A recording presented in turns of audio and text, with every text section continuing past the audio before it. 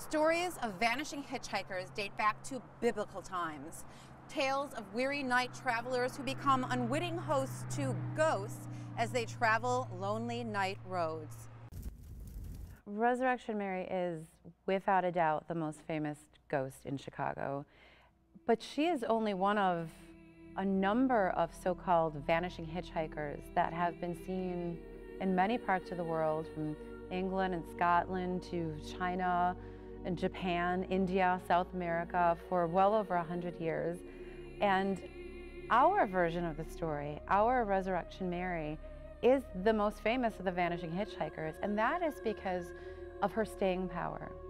She has continued to have so many eyewitnesses that have experienced her up until the present day, and that makes her unique among all the vanishing hitchhikers.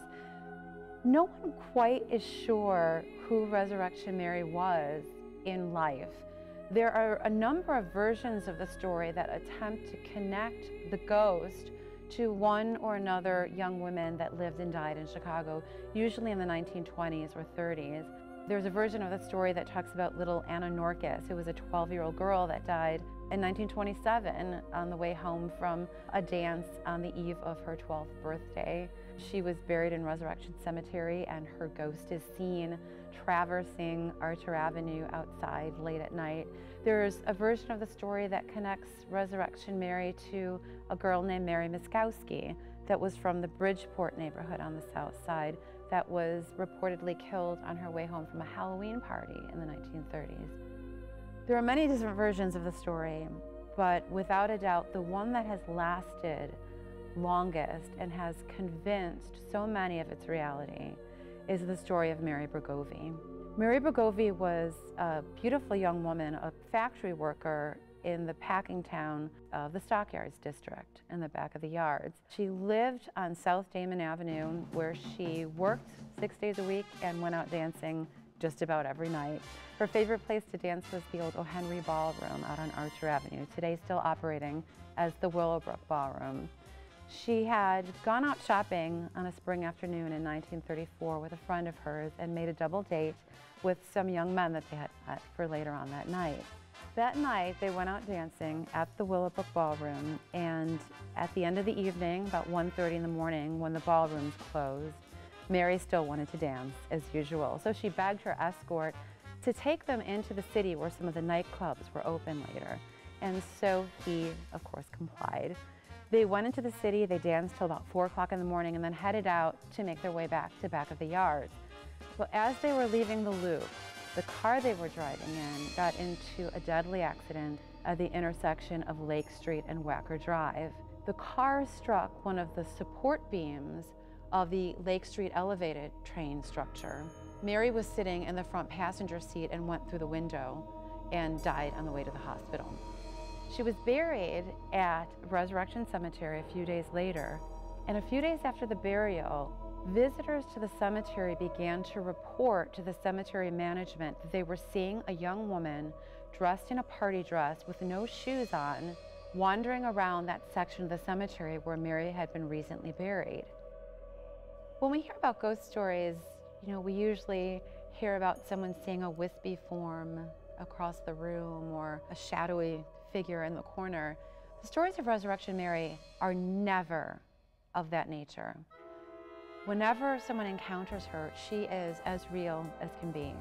Men who'd never met Mary Bgoi were reporting that they had danced with this beautiful stranger who they had met on the ballroom floor, who seemed cold to the touch when they danced with her.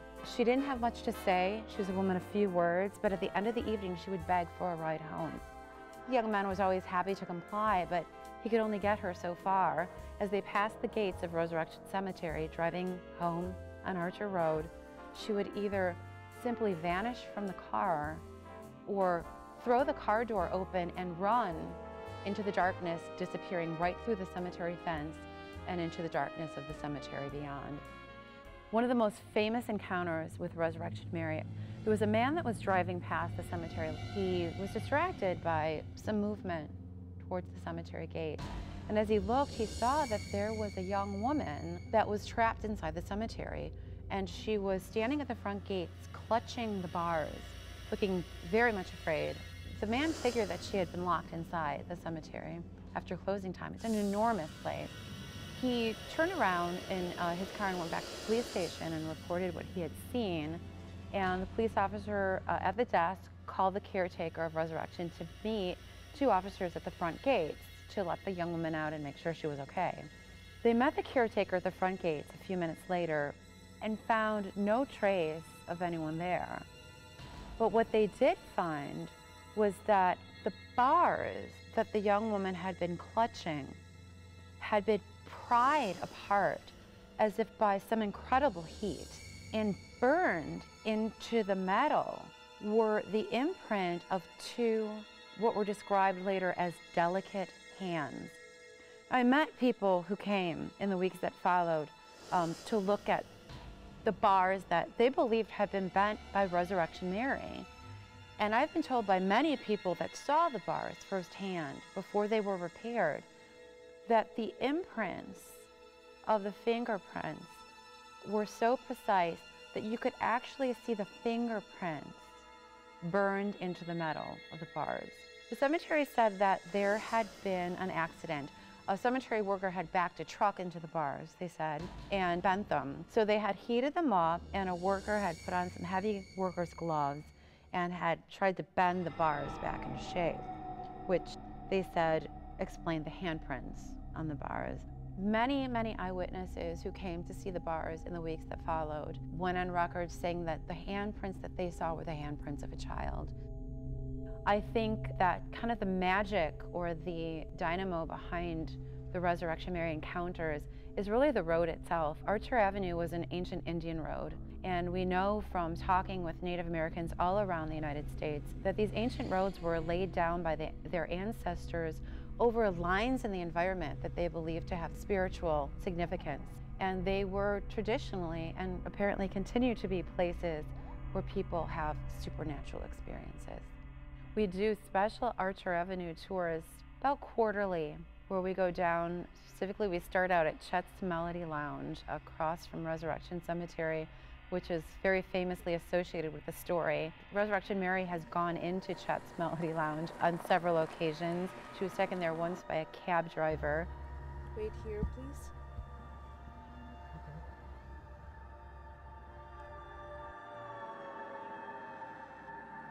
She went inside to get the cab fare to give him his payment, and she never came out.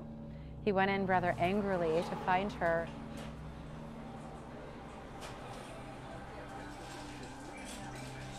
Excuse me. No one had come into the bar all night long. And since that night, they always leave a Bloody Mary at the end of the bar in case she comes in. There's a very, very strong movement to not talk about her, to not talk about Resurrection Mary, and to not even acknowledge that she exists. But there have been, again, so many eyewitnesses testifying to the reality of her that she will not be dismissed. I hope you've enjoyed watching The Hauntings of Chicago and our journey into the paranormal. But Chicago is filled with ghost stories, so please send us your stories for our future journeys. You can send them to my Facebook page or visit WYCC.org and click on The Hauntings of Chicago. Until we meet again, leave the lights on.